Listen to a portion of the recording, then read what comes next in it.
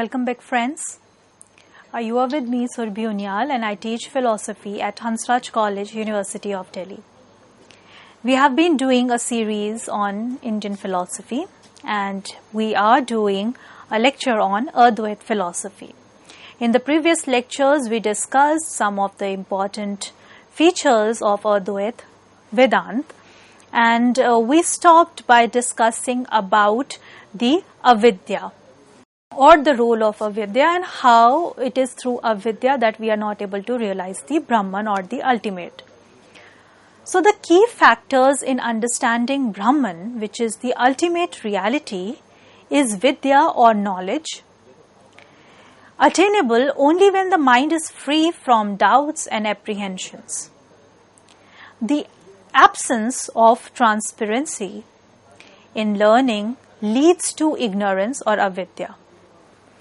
A concept referred to as vikalp, wrong interpretation by Gaudapad, and adhyasa, which is superimposition by Shankar.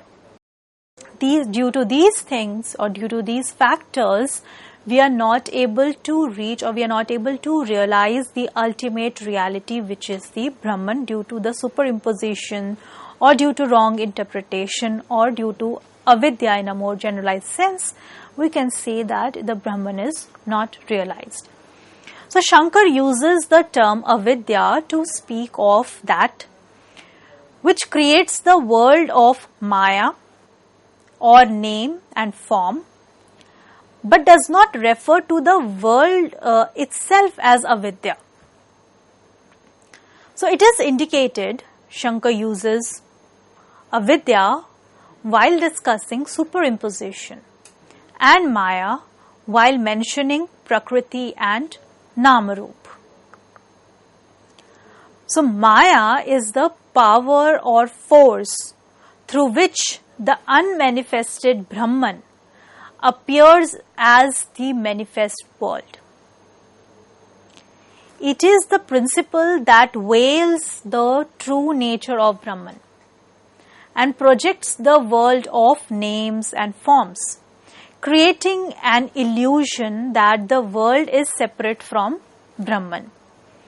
So this whole idea of the world, the illusory world, separate from Brahman, this was basically because of Maya. And what is this Maya? Maya is considered as a power or a force through which the unmanifested Brahman that appears as manifested in the world. So, it is due to this Maya which veils the true nature of Brahman and projects this world of name and form.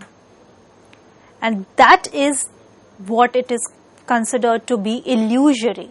So, it creates an illusionary world which is considered to be separate from Brahman. So that is the power, or that is what Brahman, Maya is. According to Advaita Vedanta, the world of names and forms, including our individual identities and the diversity we perceive, that is not ultimately real. So Maya is responsible for the apparent diversity and multiplicity in the world. And it is considered a superimposition on the undivided reality of Brahman. So considering or thinking of the individual identities and the diversities that persist in the world, that is not the real. It is again only in the Vyavaharik Satya. It is not in the Paramarthik Satya. And that's happening because of Maya. So Maya is basically responsible for the apparent diversity and the multiplicity in the world. And this is considered as the superimposition on the undivided reality, which is the Brahman. So this superimposition of dualities of individual selves is due to the Maya. So Shankar brings out the following characteristics of Maya or avidya. The first is Like the Prakriti of Sankhya, it is something material and unconscious, Jad, as opposed to Brahman, which is Purush in the case of Sankhya, which is pure consciousness. Though unlike Prakriti, it is neither real nor independent. Secondly, it is the inherent power or potency, which is Shakti of Brahman. It is co-will with him. It is absolutely dependent on and inseparable from Brahman. It is non-different from him. The relation of Maya and Brahman is unique and is called Tadatmya. It is neither identity nor difference nor both. Maya is energized and acts as a medium of the projection of this world of plurality on the non-dual ground of Brahman. So another important characteristic of Maya is that it is absolutely dependent on and inseparable from Brahman. The relation of Maya and Brahman is unique in the sense that it is neither identity, nor it is difference, nor it is both. And Maya, it acts like a medium in the projection of the world of pluralities and diversities on the non-dual ground of Brahman. So that's another characteristic of Maya. It is also beginningless, Anadi. It is something positive, though not real. It is called positive in order to emphasize the fact that it is not merely negative. It has two aspects. In its negative aspect, it conceals reality and acts as a screen to hide it. In its positive aspect, it projects the world of plurality on Brahman ground. It is non-apprehension as well as it is misapprehension. So, we can say that Maya, it is beginningless and it is not something which is negative. It is considered as something positive, though we are not saying by being positive, we do not mean to say that it is real. So, it is something positive, though not real. So, it is called positive in order to emphasize the fact that it's not merely negative and it has two aspects. In negative aspect, it would be considered as something which conceals the reality and acts as a screen to hide it. In the positive aspect, it could be seen as something which projects the world of plurality on the Brahman. So, in these two sense, we can understand Maya. Then it is indescribable and indefinable, for it is neither real nor unreal nor both. It is not real, for it has no existence apart from Brahman. It is not unreal, for it projects the world of appearance. So, it is not real, for it vanishes at the dawn of knowledge. So, once we get knowledge, it vanishes. So, in this sense, it is described as, you can say that it's indescribable, it is definable, since it is neither real, neither it is unreal. So, why it is not real? It's not real because it has no existence apart from the Brahman.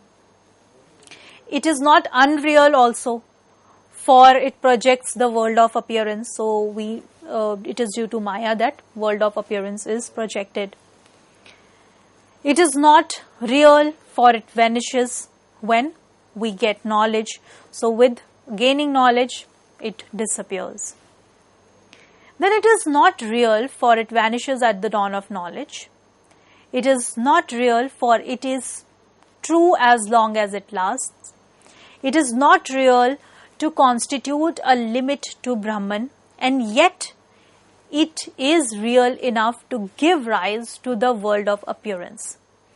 And it is not both real and unreal, for this conception of, or you can say, for this conception is self-contradictory. So it cannot be, it's not both real and unreal. So it has a phenomenal and relative character. It is an appearance only, vivarta. It is of the nature of superimposition. It is an error like that of rope and snake or shell silver. It is the superimposition upon one thing of the character of another thing. So it is a wrong cognition or misapprehension. So these are some of the ways. Then it can also, you can say that it is removable by right knowledge. So once we get the right knowledge, it is removed. When vidya dawns, avidya vanishes. When the rope is known, the rope snake vanishes. Its locus as well as object is Brahman, and yet Brahman is really untouched by it. So Brahman is its locus, yet we can say that Brahman remains really untouched by it. Even as a magician is unaffected by his magic, or the colorless Akash is untouched by the dark color attributed to it. There are also some other factors, or you can say two more aspects of Maya, which is Avran Shakti, which is veiling power. So Maya has a power to conceal or veil the true nature of Brahman, creating a sense of ignorance, avidya, that makes us perceive the world as separate from the ultimate reality. So this power is known as the veiling power or the Avran Shakti, which is present in the Maya. And this Avran Shakti makes it conceal or veil the true nature of the Brahman. And that is possible again because of avidya, which makes us perceive the world as different or separate from the ultimate reality.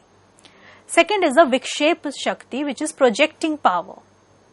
So Maya also has the power to project or manifest the world, making it appear real and diverse. This is the power through which the world of multiplicity is presented to our senses. So this is the second type of power which is present in Maya.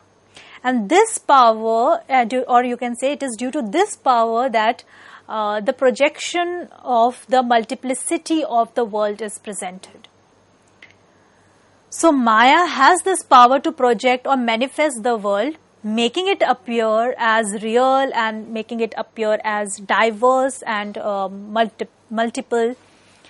So it is this power through which the world of multiplicity is presented to our senses.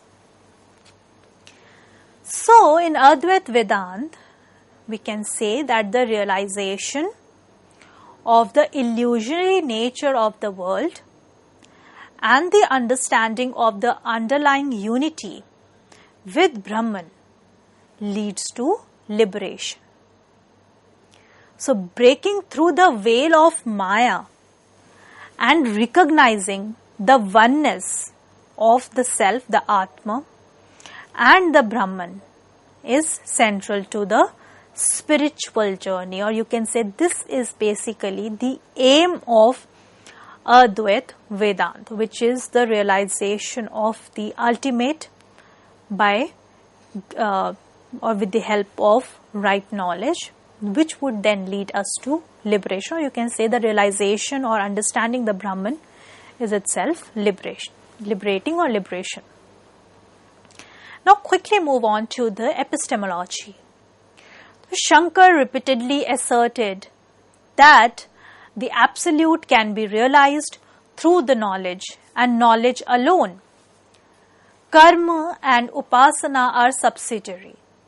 They may help us in urging us to know reality, and they may prepare us for that knowledge by purifying our mind. But ultimately it is knowledge alone which, by destroying ignorance, the root cause of this world, can enable us to be one with the Absolute. So, as has been mentioned again and again, that it is the right knowledge which will help us in realizing the Absolute. So, the Absolute can be realized only through knowledge and knowledge alone, while the other things like karma, like upasana, they could be secondary or subsidiary. Okay, they may help us in urging to know what the reality is. They might also help us in preparing for seeking knowledge by purifying our mind, by making mind concentrated maybe. But ultimately it is the knowledge and knowledge alone which is going to destroy ignorance, since this ignorance is the root cause of the world. So with the help of right knowledge alone, we will be able to realize Brahman or the Absolute. So true knowledge then is produced by pramans and conforms to its objects. It can neither be produced by hundreds of injunctions nor can be destroyed by hundreds of prohibitions. Knowledge is not mental activity because it depends not on mind but on the existent facts.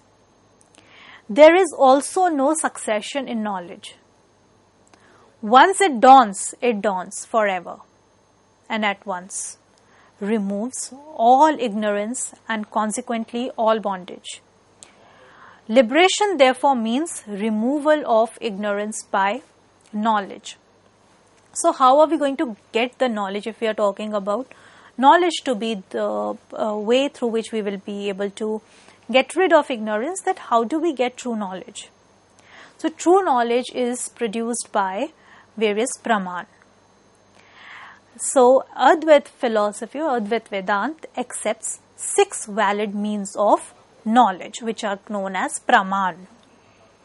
And those praman are perception or pratyaksh, inference or anuman, verbal testimony or shabd, comparison or upaman, postulation or arthapatti, and non-apprehension which is anupalabdhi.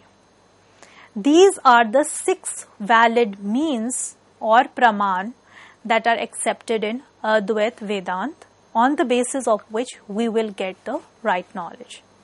Pratyaksh would be defined as the knowledge gained by the senses. Anuman is the knowledge gained by inference. Upaman is the knowledge gained by analogy or comparison. Shabd or agam is the knowledge gained by testimony. Arthapatti is the knowledge gained by superimposing the known knowledge on an appearing knowledge that does not occur with the known knowledge. Anupalabdhi, the knowledge gained by negation.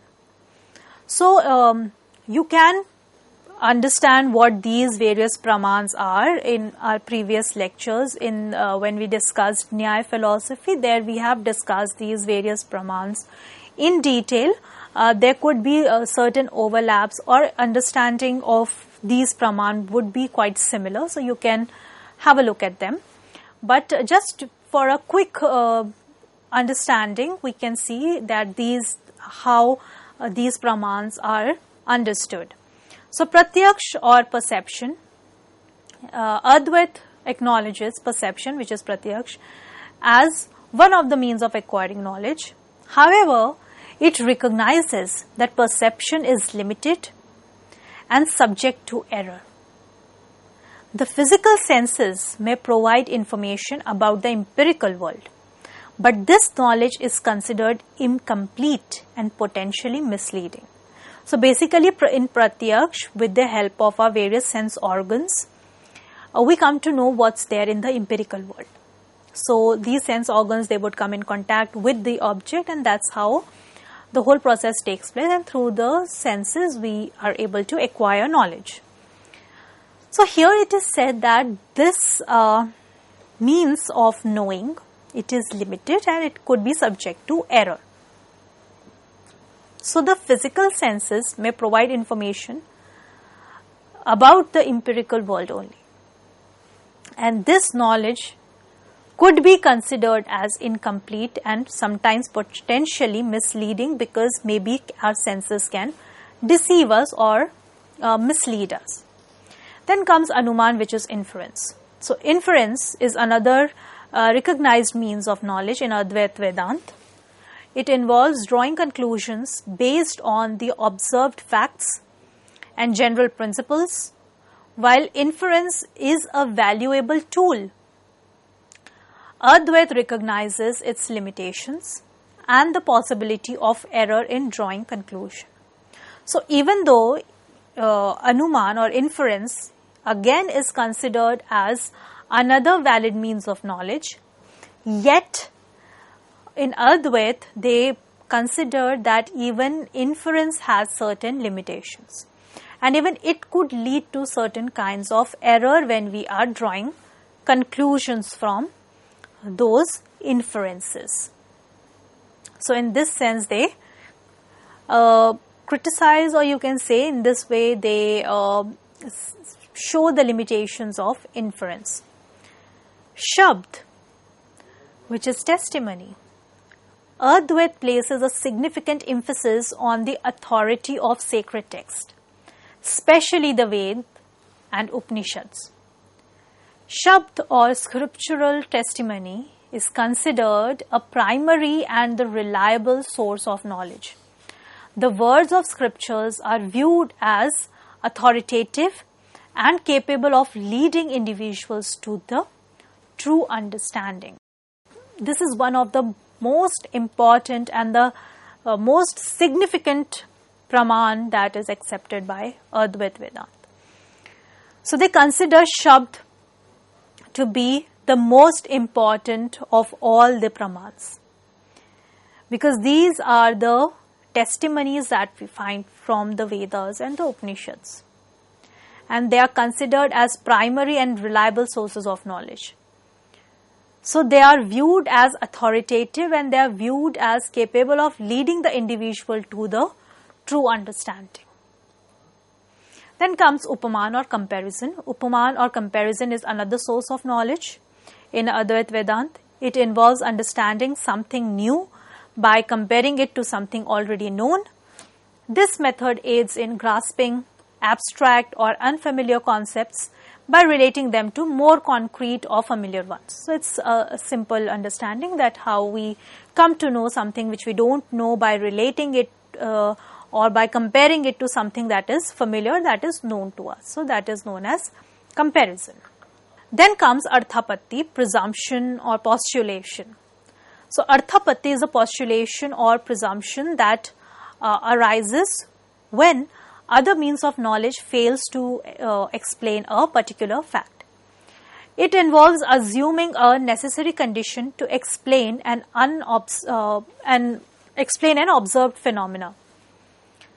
This method is employed to reconcile apparent contradictions, and this is known as Arthapatti or postulation by assuming something that we cannot see or trying to explain what we are seeing through something that we cannot see. Then comes Anupalabdhi or non-perception.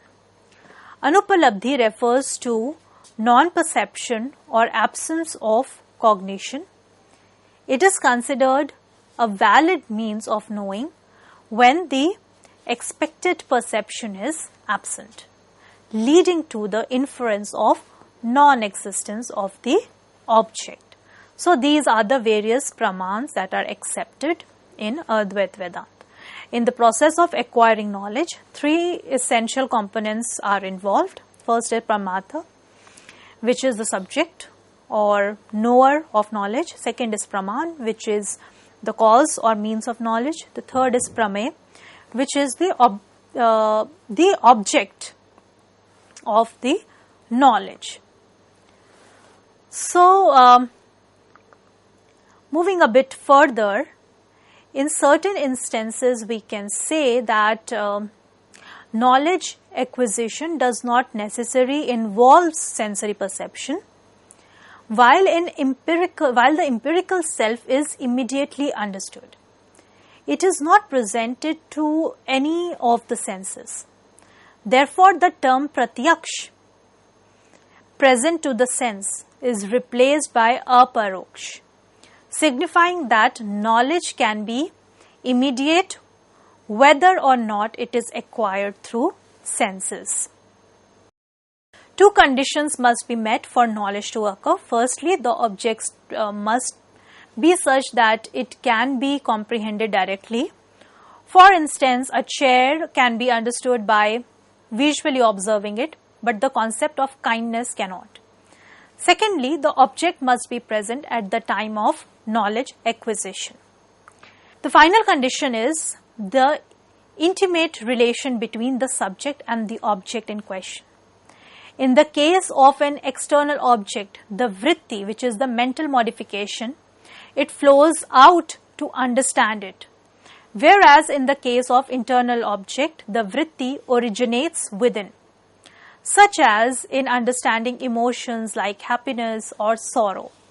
These conditions collectively contribute to the intricate process of knowledge acquisition in both immediate and the mediate forms.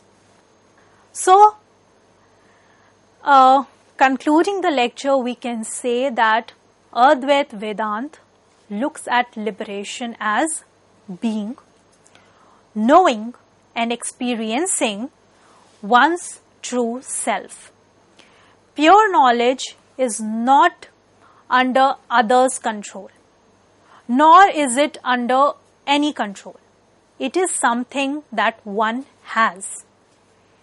All it needs is a quest to know the truth, to know the reality. Once one has that thirst to know immediately, the pure knowledge surfaces to understanding it, and realizing that and knowing that, which is the ultimate, is known as liberation, or is it the state of liberation, which has been mentioned in Advaita Vedanta. So with this we come to the end of our lecture. So thank you viewers for staying with us and watching our lectures. Thank you.